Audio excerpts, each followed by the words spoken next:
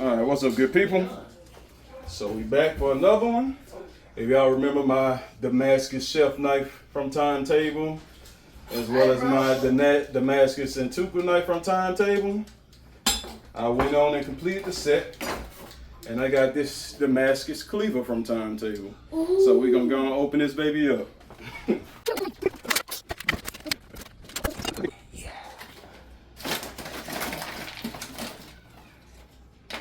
Alright, so if y'all remember, I was telling y'all, I bent the tip on my Sentuku knife right there, and my chef knife is bent on the tip a little bit right there. And for some reason, my immature nephew think that's so funny when I keep saying something about bent the tip. But here is the new cleaver that I got. In the past, I bought this. This is not a Thyme Table product. I don't even remember the brand.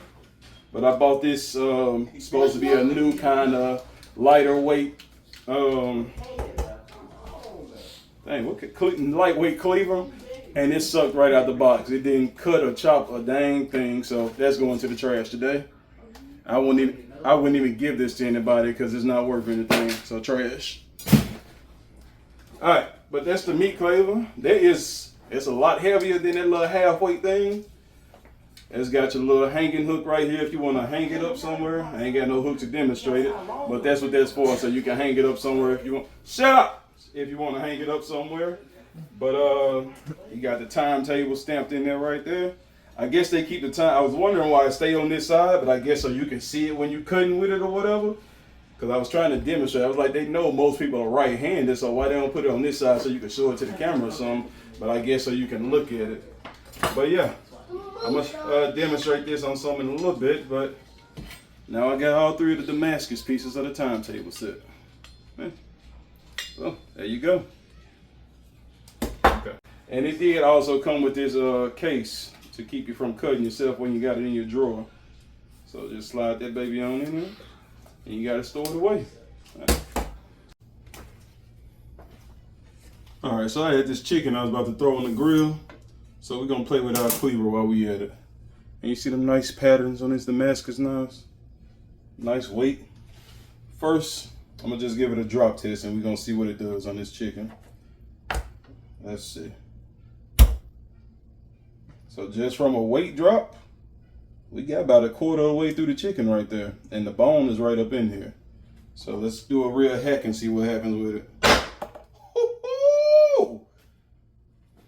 That's straight out the box. I ain't did no sharpening or nothing. That's how a cleaver is supposed to work. I'm with it. All right, let's see if we can get another one. Less power with it this time. Look at that. That is a cleaver, man. Look at that. All right, I got a couple of them here. Let me see. This one is half frozen. No real press on it.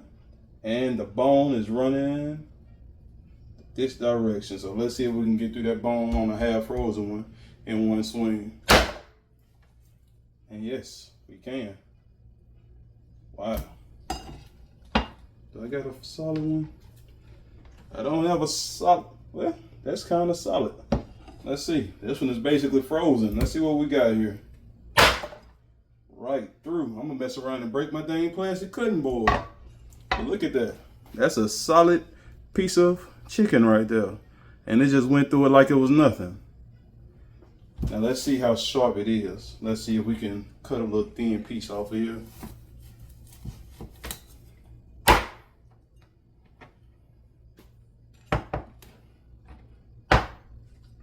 And we're precise enough to get little pieces like that with no problem. Yeah, that's how a meat cleaver is supposed to be. We're precise enough to get slices like this off of it with no problem. That is how a meat cleaver is supposed to be. So Thyme Table, I stand by the product. I hadn't tried their pots and pans yet, but I definitely stand by their knives in any situation. Then again, I'm not no professional chef. I don't work in no restaurant, so I don't know what their knives are like. But I know in a home situation, these babies is where it's at.